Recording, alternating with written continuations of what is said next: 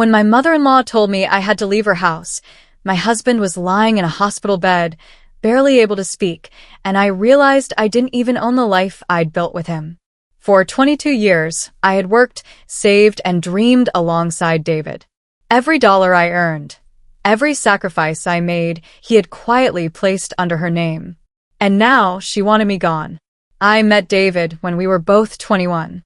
He spilled soda on my shoes at a picnic, apologized 3 times, and offered to replace them. That gentle care drew me to him, and soon enough, we were inseparable. We married young, moved into a small apartment with a stove that only worked if you knocked it, and learned how to stretch every paycheck. I worked as a medical billing clerk, then office manager, and David stayed in logistics. We didn't have much, but we had each other. We also saved. David managed the accounts, claiming he was better with numbers. I trusted him. After all, when you've been married 22 years, trust becomes muscle memory. You don't question it. Eleanor, his mother, lived nearby. She was a woman who liked things orderly, shoes perfectly aligned, counters gleaming, no raised voices. She never openly disliked me, but there were the small, sharp ways she reminded me I wasn't truly one of them. Rearranging my kitchen drawers, correcting how I folded towels, or calling me by David's ex-girlfriend's name once, never apologizing. David always said she was just old-fashioned. I swallowed my discomfort, smiled, and moved on. Life was quiet, comfortable, ordinary. Sunday dinners, laundry, work, small joys. Until David got sick. It started slowly. He came home early, tired, coughing. At first, I thought it was stress. Then came the faint, uneasy glances Eleanor gave me during hospital visits. "Do you know how the finances are arranged?" she asked casually one morning, stirring her tea. I shrugged. "David handles most of it." She nodded like she'd expected this answer, like she already knew what I didn't. My stomach tightened, but I brushed it off. I wanted to focus on David, not on the vague threat in her voice. The nights grew longer. I slept in a chair beside David's hospital bed. Eleanor hovered, always polite, always calculating. Then one day, she said, without looking at me, "You should rest.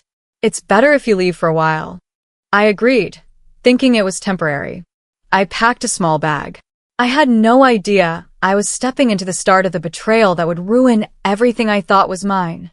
It was on the 5th day of David's hospitalization that the truth hit me.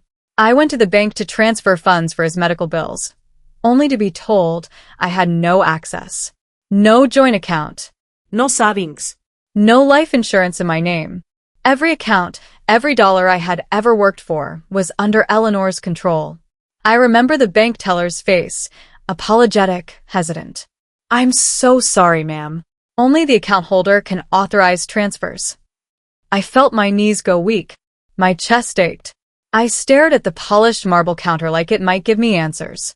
When I asked David, barely conscious, he whispered, I thought it would be easier this way." Easier? For whom? Not me. Later, Eleanor arrived and spoke with an air of casual authority I had never felt before. "You don't belong here," she said softly. "The house, the accounts, everything is in my name. You need to leave." I couldn't speak. My hands trembled. My life, built over decades, was gone in a single sentence. I spent the next days in a haze. Shock. Anger. Fear. I thought of revenge, but knew I couldn't stoop to petty cruelty. I had to be smart.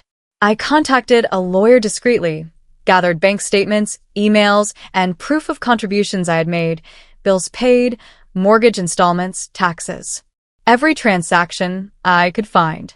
Meanwhile, David's health was declining. I refused to let Eleanor see me crumble. I stayed composed, visiting him daily, cooking his favorite meals, rubbing lotion on his dry hands while Eleanor watched silently. I realized I had to make choices not out of anger but out of strategy and dignity. Every conversation with the lawyer reinforced one truth. I had been systematically excluded from my own life. But there were legal paths to reclaim some measure of justice. The day I confronted Eleanor was quiet. I walked into her living room with my lawyer and a folder full of evidence. She was polishing the coffee table, meticulous as ever. "I'm not leaving without what is mine," I said softly. "Everything I earned, every bill I paid, every mortgage contribution, all of it counts." She stiffened, her lips pressed in a thin line. "You misunderstand," she said. No, irraplia. "I understand perfectly." The lawyer explained the accounts, the mortgage, the legal technicalities. Eleanor's confidence faltered as the reality of her actions settled in.